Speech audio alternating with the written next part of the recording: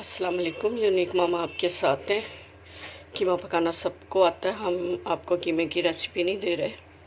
हम आपको ये बताना चाह रहे हैं बरसात में जब किचन में आने को बिल्कुल भी दिल नहीं करता और फजर से भी पहले हमारे बारिश हो रही है और अब तकरीबन 2 बज गए।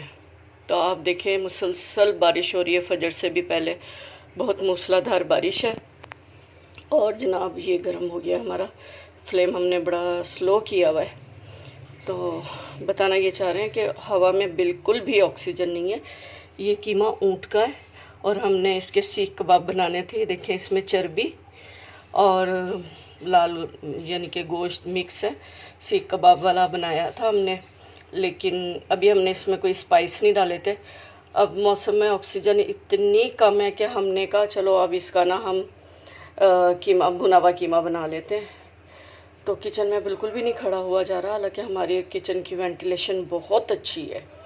दोनों साइड पे दरवाजे हैं और बड़ा अच्छा क्रॉसिंग है इसमें, लेकिन हमसे नहीं खड़ा हुआ जा रहा। तो हमने सारे मसाले साथ ही डाल दिए, लहसुन अदरक गरम मसाला और प्याज नमक और ये पेस्ट है इसका टमाटर का, साथ दही है, घी है, ऑयल है, सब जो हमारे हाथ में आया सब कुछ हमने डाल दिया है। अब हम इसको कर देंगे कवर और ये ऊँट का गोश्त बन जाएगा। जनाब जी इसका फ्लेम हम ऑन कर देते हैं। फ्लेम ऑन है तो थोड़ा हाई कर देते हैं।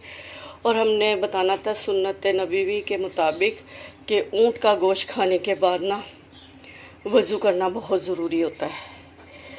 पहले हमने सोचा था कि हम ना रूटीन में ना ऊँट का गोश्त अपने शामिल कर लेते हैं, इसके बहुत ज़्यादा फ़ायदे हैं। नबी पाक ने फरमाया, नबी पाक ख़ुद इस्तेमाल करते थे, अरब में इतना ज़्यादा इस्तेमाल होता है। लेकिन एक हदीस हमारी नज़र से गुज़री कि इसके बाद ना वज़ू करना ज़रूरी है। तो फिर हमने इसको रिसर्च किया बाकायदा, इसके बारे में काफ़ी सारी ना हदीस हमारे नज़र से गुज़री। तो फिर हमने कहा हम तो वैसे आलकस मरे, एक एक वज़ू से कहते हैं 2 नमाज़ें हो जाए, अक्सर 3 भी करने की कोशिश करते हैं। तो फिर हमने ना इसको अपनी रूटीन में से ना ख़त्म कर दिया। अब ये तो बकरा ईद पे था हमारे पास, तो हमने कहा चले बना लेते हैं इसका कुछ। तो अल्लाह ताला इतनी आलकस भी ना किसी को दे कि वो जनाब वो फ़ायदों की चीज़ें ही अपनी ज़िंदगी में से ख़त्म कर दे।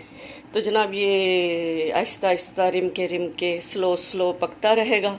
इसको भूनने के बाद हम इसमें गार्निश करेंगे हरी मिर्चें, हरा धनिया और अदरक की, और फिर इंजॉय करेंगे। ठीक है, लाइक करें, शेयर करें, सब्सक्राइब करें। अल्लाह हाफिज़।